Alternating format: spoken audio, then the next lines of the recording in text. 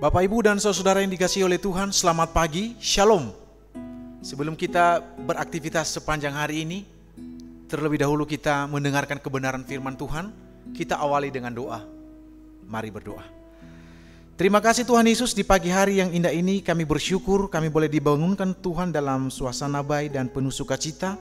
Tuhan telah menjaga, menolong, memberkati kami sepanjang malam yang kami lalui. Dan pagi hari ini kami siap melakukan berbagai aktivitas kami. Namun sebelumnya Tuhan, kami rindu membaca merenungkan firman Allah. Ya Roh Kudus, bimbing kami dan mampukan kami untuk mengerti, memahami serta melakukannya di dalam kehidupan kami sehari-hari. Hanya di dalam nama Yesus Tuhan kami siap membaca dan merenungkan firman Tuhan. Amin. Bapak, Ibu, dan saudara, yang menjadi perenungan firman Tuhan bagi kita pagi hari ini terambil di dalam kitab Yeremia pasal 33 ayatnya yang ketiga. Yeremia 33 ayat yang ketiga, demikian firman Tuhan. Berserulah kepadaku, maka aku akan menjawab engkau dan akan memberitahukan kepadamu hal-hal yang besar dan yang tidak terpahami, yakni hal-hal yang tidak kau ketahui. Judul renungan firman Tuhan pagi hari ini adalah berseru kepada Tuhan.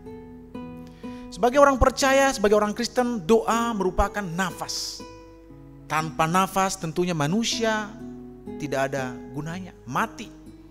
Oleh karena itu dalam kehidupan kekristenan kita, maka doa merupakan hal yang penting yang harus kita miliki dan memiliki hubungan yang baik dengan Tuhan yang kita sembah, yaitu di dalam Yesus Kristus.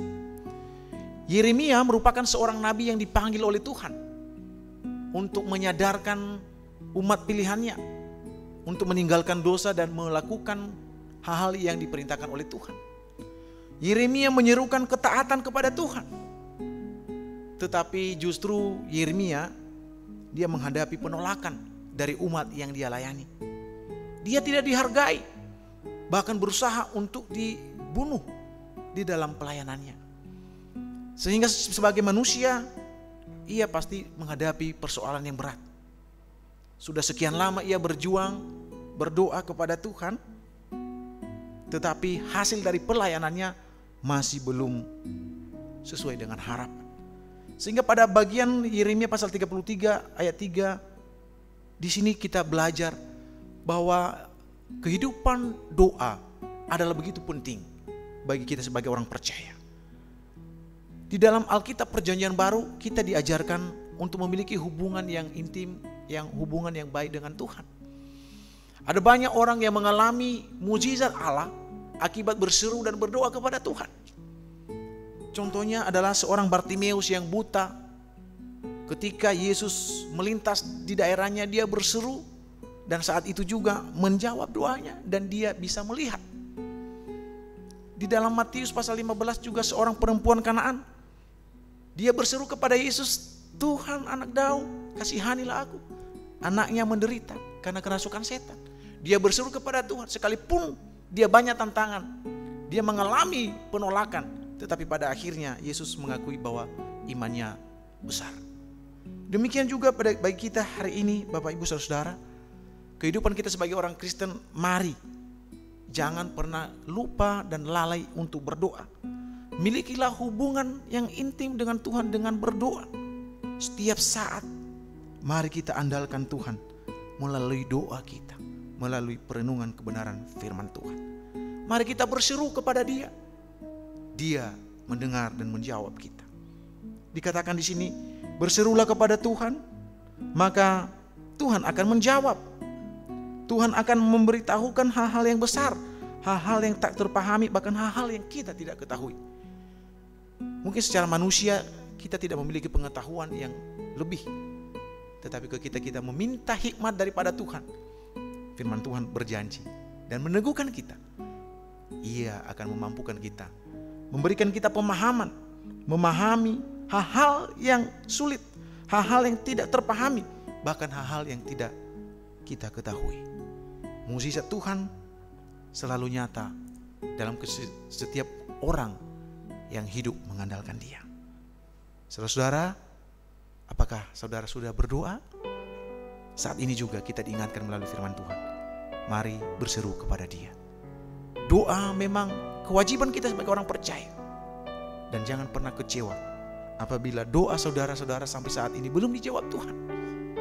Ada kalanya Tuhan memberikan jawaban ya langsung, nanti, tunda dulu, atau tidak sama sekali. Semua itu merupakan hak prerogatifnya Tuhan. Apapun pergumulan kita saat ini, doa-doa kita, mari kita serahkan sepenuhnya kepada Tuhan. Biarlah Ia yang menjawab setiap doa kita. Amin. Ada sebuah lagu yang akan kita naikkan kepada Tuhan, bahwa Tuhan berkarya pada waktu yang tepat.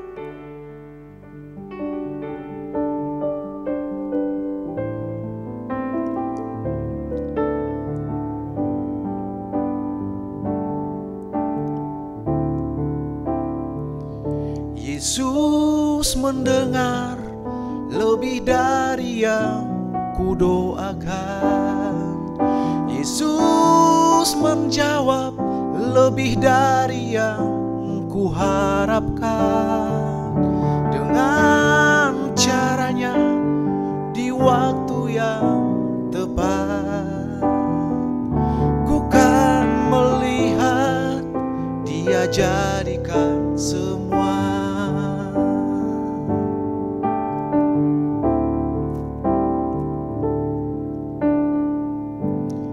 Tak selalu Tuhan menjawab doa, namun Dia beri yang terbaik di waktu yang tepat.